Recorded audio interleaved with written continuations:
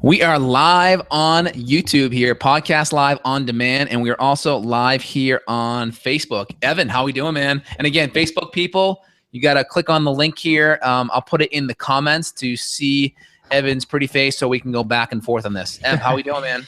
What's going on? I'm feeling really good today. We've got blue skies. The trees are blooming, which they probably Love it. bloomed a year ago in Austin, so I'm enjoying myself.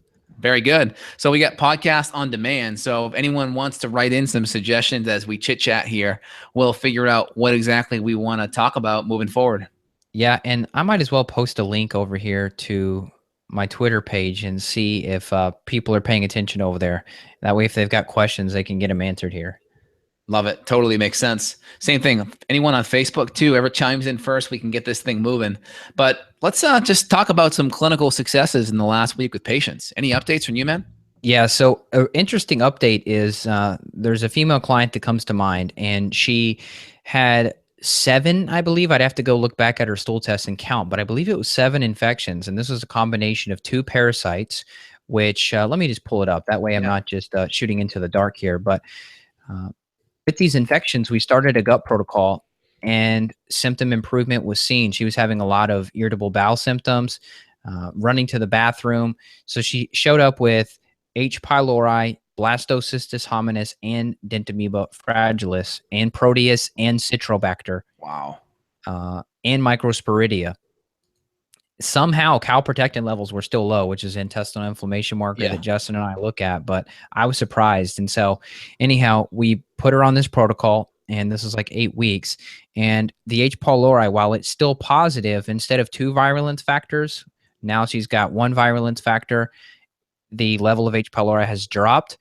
The Citrobacter is completely gone. The Proteus completely gone.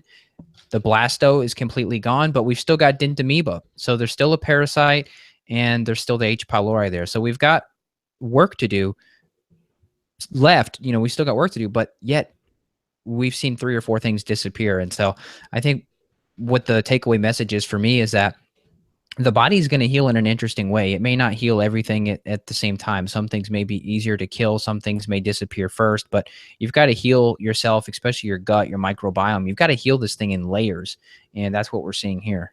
Yeah. So typically what we see with a lot of patients that have chronic issues is there's some underlying stress, right? Emotional, physical, chemical stress. But even deeper above and beyond that, there's some infection that's deeper that's creating inflammation, even though it didn't show via calprotectin, or it's creating malabsorption, or it's just creating leaky gut. And then the whole leaky gut mechanism is getting the immune system fired up. The more the immune system's fired up, it's just an energy suck for your body. It's like, let's say a guest in your guest bathroom that you never go into in your house, and they just leave the water on, just a little drip, drip, drip. And then you get your water bill at the end of the month, and you're like, what the heck did that bill come from? And then you're like, oh yeah, the faucet's on. But it's like that with your energy resources. When you get these bugs, it really, when the immune system's overactive, and even just the leaky gut, right? The more your immune system's overactive, the more it's going to suck your energy dry. That's why when you get sick, the first symptom you get when you get sick is what? You get a lot of fatigue and malaise because the immune system is sucking resources. Go ahead. Well, so I want to hear a recent case from you, but first I want to ask you the question that I get asked all the time. And the answer really doesn't matter because we need to fix the root cause no matter what. But people often ask, well, chicken or egg? Was it that my immune system got taxed first and then I picked up these bacterial pathogens or these parasites? Or did I pick up the parasites and the bacterial pathogens and then that sat my immune system? What's your take? Can it go either way? Yeah, so it typically is one of 2 scenarios, right? Typically someone gets exposed to a very high amount of infectious debris, right? Parasites. Let's say you drink some really bad water, you go to Mexico, have a really bad meal, right? Foreign country, you get the Bali belly, so to speak, and then you're overwhelmed with all of that infectious debris, and then there's so much of it, it compromises your immune system. You get diarrhea, you have a lot of gut inflammation, that creates malabsorption. That malabsorption puts stress on all of your glandular systems, and then you spiral downhill. That's scenario number 1. So just the infection was so overwhelming, it just threw everything else downhill. Scenario number 2 is there's some type of immunocompromisation that's happening, meaning adrenal stress, poor diet, poor sleep, poor diet and lifestyle habits, low nutrient density. The immune system's kind of a little bit weaker underneath the surface. Then you get exposed to some of this infectious debris at smaller micro levels that are in the food, and eventually makes its way into the system and creates inflammation. So yeah, so let me clarify there. So I mean, if we've got diet, lifestyle mostly dialed in, but let's say people are cheating with gluten, for example, they've still got some intestinal permeability going on. You could still have good yoga class, good sleep, blah blah blah. But if you've got just a simple thing like leaky gut, for example, you could potentially be more susceptible to pick up these infections, regardless of whatever else is dialed in. Yeah, I mean, here's the deal with leaky gut too. If you're creating leaky gut, and there's some research, on the non-celiac gluten sensitivity side of the fence that looks at these foods, even if you're not like reacting to it like symptomatically, and even if you're not like having like IBS like symptoms, bloating, gas, constipation, diarrhea, that gluten can still create leaky gut, where the undigested food particles in the gut can make their way into the bloodstream and create stress. And then the LPS that comes in there along with that, that's the bacterial debris, can get into the bloodstream and create a lot of mood issues as well. So you can still have leaky gut and not, from gluten, and still not respond to the gluten in general. Yep. I just posted a post on Facebook, which I think might be slightly controversial, which was, I wrote this little bit of a letter, and I put kind of like these 5 things that have happened over the last year or so, where people have said, Evan, I've ditched my psychiatrist, or I've ditched my psychologist, or my marriage counselor, or my conventional doctor because of functional medicine. And I kind of wrote the reasons why, of how if you lower inflammation, you may need less adjustments at the chiropractor, for example. If you heal the gut and you start producing your neurotransmitters optimally, you might not need your antidepressants anymore. So you might not need your psychiatrist. Or if you heal your adrenals, maybe you're not going to snap at your children anymore. So therefore, you're not going to need the marriage counselor that's telling you need to stop yelling at your kids. And how functional medicine can literally, not intentionally, but it's just a side effect, is that we can replace these other industries. Now, I'm not saying these other industries are bad for mental health care or anything like that, but a lot of times this is not root cause medicine. And my wife and I went out to eat with a friend of ours yesterday, and she said she had a lot of stress, that she had to put her dog down, and she called up her psychiatrist and said, hey, I need help. I'm freaking out. What does he do? He prescribes her 60 Xanax and says, here's your Xanax bars, and take these. And I told her, I said, listen, your anxiety and your stress from this issue is not a Xanax deficiency. How about we do some emotional freedom technique? We start tapping. How about we clean up the diet?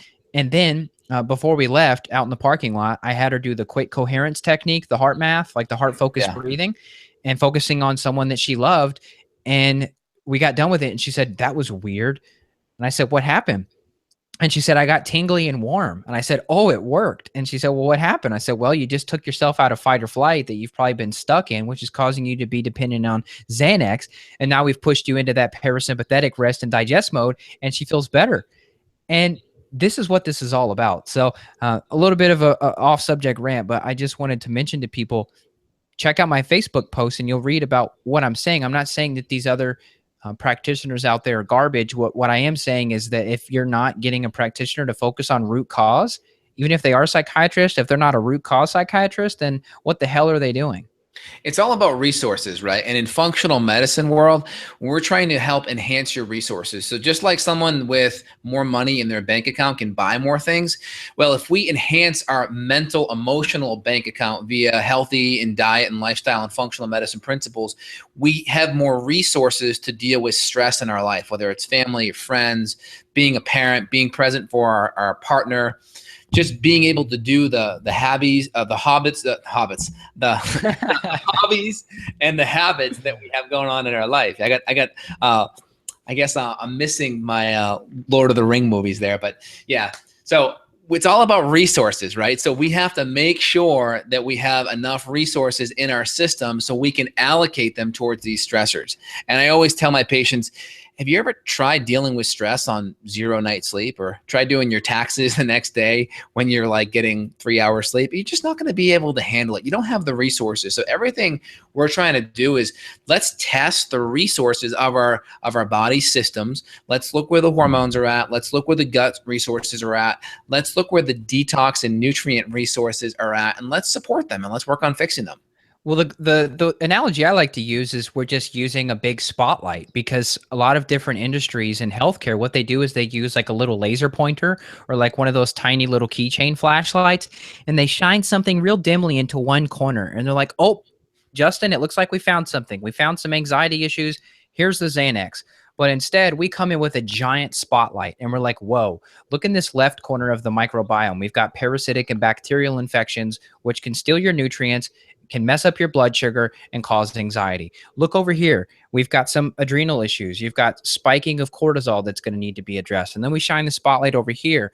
Oh, take a look at detox pathways on the organic acids. You've got trouble over here. And then, oh, we shine the spotlight behind us. Here's mitochondrial issues. This is why you're so fatigued. And I think that's the greatest analogy. It's a little laser pointer or a little small keychain flashlight, which is just pinpointing one industry of psychiatry or psychology or whatever, versus exploring everything, which is why for you and I, it's tough for us to become the blank guy. You know, there's people out there, the thyroid guy, the detox chick, the bone broth chick. You know what I mean? It's really going to be tough for you and I feel like, to just say we're the blank person, because I don't want to limit myself. I want to let everyone know it's all encompassing. And if for us to niche ourselves down, I think it's a bad thing. Yeah. And again, from a marketing standpoint, right? Marketing is just telling the truth attractively. You know, it's good to have a niche because you want to reach the people that have special conditions. Because if, like, my specialty is thyroid, number one, I had a thyroid issue. It's under control, autoimmune thyroid issue. So I'm more passionate about that issue. But again, to treat a thyroid issue, you have to be able to treat all of the systems. So it's kind of a mythology. Like, you don't ever just treat thyroid, you treat the whole thing, but you may market and put information out there that's going to resonate and speak to someone with a thyroid issue more. But again, the underlying issue is, from an education and clinical standpoint, we're addressing the key underlying surface issues and the deep root issues as well. So we're never ignoring it. So we may speak to someone more specifically and get into the more nuances of that condition, but it all comes back down to the foundational stuff that we always talk about. Right. I would say my specialties would be, it's become parasites, really. I mean, I'm seeing so many each week, and it's just so fun, I guess, because I had parasites. You little parasite, you. Yeah. And also depression. I mean, just because depression's what got me into this whole thing, IBS and depression in college. I mean, like I told you before, I had to figure out when I went into a college class, well, where's the bathroom? Because I may have to get out in the middle of the class and go run to the bathroom. And so for me, depression, IBS, parasites, you know, those are all linked together, the whole gut-brain connection. And I really am empathetic for people that have struggled with that, because it is so common. And if you get diagnosed with IBS, that's a pretty generic diagnosis. And unless you're working with functional medicine practitioners, you're going to get an acid blocker, antispasmodic, or some other type of drug. And well, and actually, you too were diagnosed with IBS, right? I mean, they use the antispasmodics, they use the medications to help with the gastroparesis, you know, the keep things moving, if they even do that. Well, they never got to use them. They tried. They wrote me the prescription pad, but I denied all 3 of the drugs. And the thing is, too, we can also use natural medicines for a lot of those things. Now, it may not fix the root cause, right? There's root cause medicine, and then there's using natural medicine in a way that's going to help alleviate the symptoms, that's going to upregulate physiology so things work better. But we have to still be investigating and digging to the root cause, right? So if we're dealing with someone with gastroparesis or low motility, we may add in things like ginger. We may add in things like carnitine. We may add, you know, higher amounts of mag citrate to keep that migrating motor complex moving, but we are still digging in deep. We're still making the diet, the lifestyle. We're still enhancing digestive nutrients, hydrochloric acid, enzymes, and then we're digging deep for the infections, and we're trying to lock in those diet and lifestyle habits, right? The supplements are great because they can give us that symptomatic relief while we continue to dig over here to the root cause. So as long as you have, you know, that forward-pacing vision that addresses some of the symptoms without the side effects, you know, of some of the drugs, which may have more side effects than what you're treating, and then working on the functional medicine plan, I think we're in a really good place. I agree. Yeah, I actually had a good success with that IB Synergy product from Designs. It's got the Binigut in there. It's got the 5-HTP. I had a guy with just super bad IBS, and I said, man, I mean, he was critically stricken with both diarrhea and constipation, just alternating every other day. So I got him going with that 5-HTP Binigut blend, and he got better. Now we still had to wait for lab results, but yeah, I mean, sometimes we will do some of the quick fix Band-Aid situations to fix things, but we've still got to work backwards. I guess we should answer these questions. Should we answer the question about the cancer question here, or should we just make a whole show on that in the future? Yeah, we'll do a whole show on that. I'll get some experts on. I got Dr. David Jockers coming on next month as well. He was in the Truth About Cancer series, and we'll go into ketogenic diets, and we'll talk more about therapeutic ways to address cancer outside of just the natural chemotherapy. So we'll hold that one. That we need more time for that. Yeah, agreed. Samuel asked, what is the tapping technique? Can you show us? Well, since most of our audience is going to be audio listeners, we're not going to take up the airtime to show you the technique, but the best resource is EFT, Evan Frank Tom, EFT.Mercola.com. And you can just view the different acupressure meridians that you're going to tap. And then also you can learn about the affirmations that you can use for emotional freedom technique. And that's something Justin and I use all the time. I think it's helpful. I'm going to just give it like 15 seconds of airtime here. So I do two hands because I think it's more efficient, but you just tap the inner parts of the eyebrow, the outer parts of the eyebrow, under the eyes. I do under the nose and the bottom part of the chin the same time. And then I do both collarbones. So I do this, and then you can go to the top of the head and you tap midline. So I'll do two hands because I just feel like you can get more stimulation. So I go here, and I'm just thinking about this, whatever's pissing me off in my life. I just think about it, and I kind of give it a number. So if I'm at like a 6 out of 10 regarding irritation, I just think about it. Whatever that issue is, whether it's like, the person driving in front of me so slow, whatever. And then I try to knock that 6 out of 10. So if 10's the worst and the 6 is like 60% to being at the worst, I try to knock it down to a 4, to a 3. And so every 2 rounds or so, you kind of just check back in and see if you knock it down. And the goal is you kind of want to knock everything down to a 3. Yeah. And for me, I start at the top of the crown, which I guess is probably many ways. You can start there, you can end there. Now, do you do the sides? Like I know Mercola, he's real big on the side of the rib cage under the armpit. Yeah, I mean, I do that too sometimes. It just wasn't good for video. Yeah, so you crisscross? Yeah, I do 2 at the same time just because of stimulation. No, I mean you crisscross your arms for the underarms. I usually do like this, like a monkey. Oh yeah. and then finish with the wrist. I've typically finished by tapping the insides of the wrist together, then doing the affirmation. So even though I'm angry or even though I'm anxious, I deeply love and accept myself. But you've got to say the affirmation verbally. I tell people if you can. If you're just embarrassed, then don't do it. But why be embarrassed? Nobody's paying that much attention to you. Yeah, and it depends too. Like you can do this stuff and you can kind of say it in your head. Like if you're at night, let's say you're lying in bed and you're kind of just really stewing on something and your wife's next to you and you don't want to wake her up, then you can just kind of think it in your head, and then you can just do the affirmations, tap like this, and then you can tap here and think about the issues. I like to end it though with a positive thing. So you can end with something positive. So then I just go into like what it is I want to manifest. So I'm going into like, all right, I'm thinking about whatever I'm going to try to create or produce in my life. I just tap it while I'm thinking about it. And the whole idea of tapping is you're just stimulating various meridian systems that have been mapped out via the acupuncture system for thousands of years. And really what it's doing is it's neutralizing the negative response that's stored in the limbic system or in that subconscious, if you're more on the psychological side of it. And you're trying to kind of rewire it so you can get a good pattern there instead. So then naturally that reflux is to go back to the better thing, not to the negative thing. So if you do the affirmation about the bad part, will you do like an affirmation about the bad part and then an affirmation for positive? Yeah. So I start off with the negative and just try to lessen it first. Because if you're feeling negative, it's really hard to be positive when you're negative. So I try to decrease the negative to about a 3, and then I go into the positive, because then you're in a better place to deal with the positive, right? It's kind of like when someone tells you to relax and you're pissed off and like, relax, calm down. You just want to punch them, right? You're just like, no, I'm too wound up. Come on. So I want to get that dialed in. And then now I'm relaxed. Now I can rewire it and create some good positive things. I like it. So should calm down first and then work on manifestation. Should we answer a couple more questions here? Let's hit it, man. Let's hit it. All right. So Salam asked, how long does it take to heal from hypochlorhydria? Totally depends, right? If you have emotional stressors that are unresolved, or you're eating foods that are incredibly inflammatory, maybe never. But if you're making the root causal changes and you're managing your stress and you're fixing the underlying gut stuff, I would say within 3 to 6 months, you have a really good chance of not needing hydrochloric acid to digest your food. But again, everyone's different. The longer the issue's been going on and the more severe the infections and the more infections that are layered in there, I'd say longer, up to a year at least. Yeah, I'll just add my 2 cents to that too.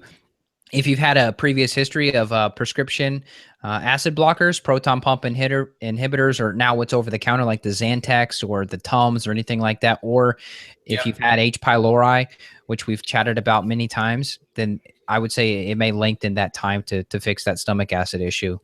Yeah, the longer the gut's been worn down, the more the immune system is revved up. Like you get patients that are just super sensitive to every little thing. Like I can't even put in an enzyme. I can't even put in apple cider vinegar or lemon juice or just the smallest fermented food, and it sets them off. That's when it's really hard. And then you're looking at a couple of years to really dive into it, because the immune system is just so revved up and is so ready to attack the smallest invader that it's so hard to put things in to help it heal it, because it's looking at everything as a foe, not a friend. Right. And we really, really have to baby step in those cases. So that's why it Totally. takes so long.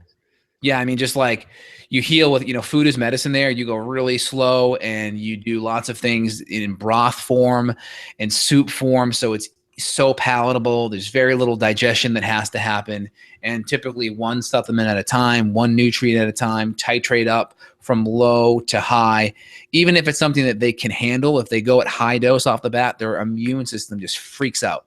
Well, I want to hit on something you just mentioned, which is if we're talking 1 to 2 years, that takes extreme patience for patients and clinicians, because for us, that is a very intensive case for us to take on.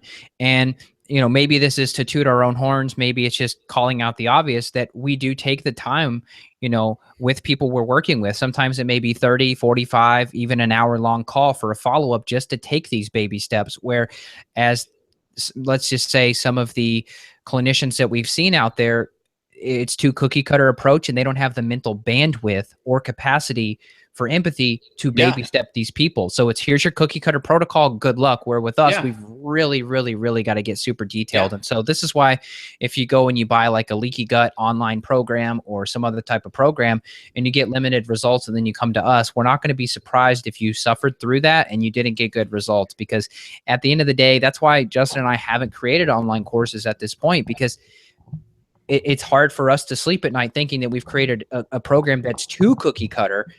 We've really got to figure out a way that we're going to be able to work in all of the minutia and the small details and the variation A, B, and C, and D for different people. Yeah. So if someone packages something up all beautiful and says, oh, it's $297 and all your problems are going to be healed, please be a little bit skeptical of that. I agree. And I talked to you about a patient that I had today that emailed in that was dropping out of care. And we try to always set realistic expectations. This person just had their labs reviewed a month or two ago and had multiple parasitic infections, severe adrenal dysfunction, HPA axis dysfunction, and then a lot of issues on her organics tests, detoxification issues, mitochondrial issues. And we just started with some simple adrenal support, made diet and lifestyle changes, and she had some side effects. So we tried to cut things down, go slower, and we were going to kind of reconvene and work on supporting detoxification, but the person had dropped out. Now, the problem is to have expectations that things are going to work off the bat when so many things are wrong like that.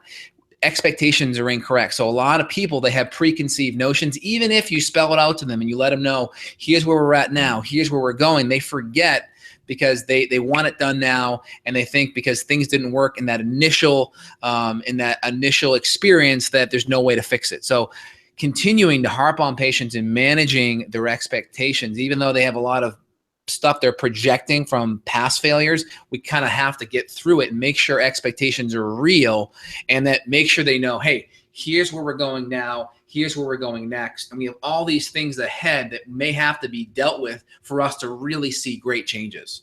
Yep. Well said. We've got another question here. Let's hit them. Let's hit Stevie's question. After all GI infections are eradicated, how long does it take the gut to fully heal? All my infections are gone, but I'm still dealing with IBS, leaky gut, and issues after H. pylori. I'm going to hit on this first, Justin, if you don't mind. I know what you're going to say, by the way. Okay, so we'll see if you're right on this. If you say it, I'll tell you that I was correct. Okay, all right, please. All right, so here's what I'm going to say. You say all your infections are gone, but you're still dealing with IBS, leaky gut, and issues. I would like to know what test was this that says all your infections are gone, because I bet all of your infections are not gone. Yes. Woo! I knew it. Yeah, you're totally right. Yeah, you're totally right. And then also just making sure that you have the digestive nutrients on board to help heal the gut lining, and then the digestive support to break down the food. And then I would make the food more palatable right now. I'd be looking more at a GAPS or an SCD or more of a soup or broth approach to make the foods just really easy to take in. No raw veggies. Try to keep it really palatable so the body can access it without much stress. All right. So the beauty of the internet, Stevie replied, and he says DRG. Well, Justin, missing a lot of them. It's missing a lot. You got to do the DRG with the GI map. I never do the DRG by itself for the most part. Always both. You got to do both. And if there's still an issue with the DRG and the GI map, I would then go to the 418 side by side. Yep, agreed. So Stevie, not that, we're not diagnosing you. That's not what these calls are for. But hey, Justin and I have seen a lot of false negatives with DRG and some other tests out there. So potentially some stuff going on. And then I would like to add a couple of points about like the issues, the leaky gut type stuff. Make sure you're doing some of the easy supports too. Chamomile is great. You can do chamomile in a supplemental form. You've got chamomile teas. You've got L-glutamine. So there are some leaky gut supplements that while you're still trying to figure stuff out, you can still be taking supportive nutrients in the meantime while you're waiting for retest. Absolutely. Totally. Let's hit the last question there by E. Santorelli. Let's see here. Just diagnosed with Hashimoto's TPO and TGB antibodies. 465. Is that high? Eliminated the foods, gluten, dairy, soy, balancing blood sugar, hard with 5 kids. What should I focus on next? So 465 is definitely high. The LabCorp reference range for TPO is 34. Anything 34 or above is considered positive. I think it's above 34. 34 or below is considered positive. Anything above 20 for me, I consider to be subclinical. So that is high. Anything above or around 500 is definitely high. I've seen patients at 2,000 though. I've seen patients go from 2,000 to below 100. Now, my goal is to get people, if I were you, I'd like to see a 70 to 80% reduction in that. Again, maybe you were higher before you made those changes. So I'm not sure if it was gluten, dairy, soy, that stuff was cut out and then you saw the drop. But either way, getting enough selenium in there, 400 micrograms of selenium, addressing the underlying infections like H. pylori, blasto, and Yersinia can be common to increase the antibodies. And then making sure the adrenals are looked at. There's a strong adrenal thyroid connection. And a lot of people who have thyroid issues also have adrenal issues. And remember, TPO is a microsomal, or essentially it's a intracellular microsomal antibody that helps bind the thyroid hormone together. So if you're making antibodies to that, it's going to prevent that thyroid hormone, that iodination process from occurring. So making sure we have the adrenal support there, because the adrenals help produce cortisol. Cortisol is an anti-inflammatory. That's going to help with the inflammation.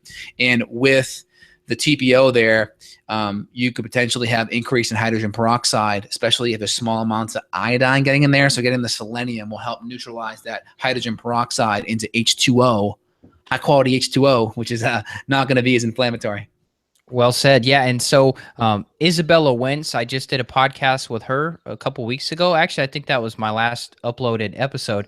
And her and I were talking about bacterial infections too. So you mentioned some of the parasites, and she's saying the same thing, the parasites, but also the bacteria, your Klebsiella, your Citrobacter, and all these other autoimmune triggers as being bad guys for these Hashimoto's situations and these antibodies. So look for the bacteria too, and you can definitely fix this stuff and you can make significant progress. Absolutely. And then one person here, Wild Dove X, says, how do you test for various enzymes? Well, number one, if you have gut stress, you probably have low hydrochloric acid. And if you have low hydrochloric acid, you probably have low enzymes. Why? Because hydrochloric acid is important for converting pepsinogen to pepsin, which is the proteolytic enzyme. Hydrochloric acid lowers the acidity of the chyme, which is the mixed up food in the intestine. That food, that chyme, goes into the small intestine, which the acidity then triggers the pancreas to make bicarbonate. It also triggers CCK to then cause the gallbladder to produce bile. And that also stimulates the pancreas to make lipase and trypsin and chymotrypsin, all the enzymes that come down. So if you have enzyme issues, you also have hydrochloric acid issues. But we can also assess it by looking at enzyme markers like elastase too, which will, I'll look at that in the DRG or the GI map test. You better get that frog out. I got a frog out. It just attacked me, man. I'm like, ooh. All right. Where's my water? So yeah, elastase, I think it's elastase 1 is the enzyme marker we typically look at for low enzymes. But typically, just assume it if we have digestive stress, just assume it for sure. Yeah, I mean that's the same answer that I would say for the leaky gut. I've had people say, "Oh, can you test me for leaky gut?" And it's like, yeah, we can go to Cyrex and spend $500 if you want to, but based on your symptoms, I guarantee there's intestinal permeability. You've got XYZ, and we don't need to spend the $500 on that test. Save your money for the organic acids, your comprehensive stool panels, a GPL tox, maybe heavy metal testing. Save your money for that stuff that you can't really guess on. Yeah, absolutely. I agree, man. Well, anything else you wanted to hit off the bat here? I had some really good successes this last week too with some patients that had chronic pain, chronic mood, chronic energy, hair loss, and just really simple things. We fixed their hormones. This person had autoimmune thyroid, hypothyroid as well. T3 was super low. It was a T4, T3 conversion issue. Dysregulated cortisol. They had a lot of malabsorption and they had a couple of infections. And we just took them down the map, and then just everything first time around just knocked in place. It's just like you swing the bat once and you just connect and it's gone. Those are the patients where it's just like, oh man, it's so rewarding because it's easy. And then you have some patients where it's a lot more trial and error and digging in.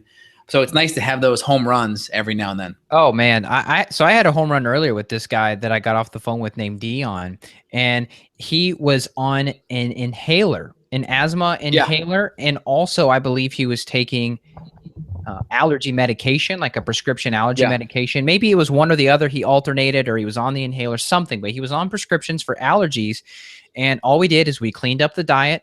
We've addressed some gut infections. He had candida and I believe a couple of bacterial infections. I don't believe he had parasites. I'd have to look back. But I remember a couple infections, fixed the gut, supported adrenals, basic adrenal support, some adaptogens.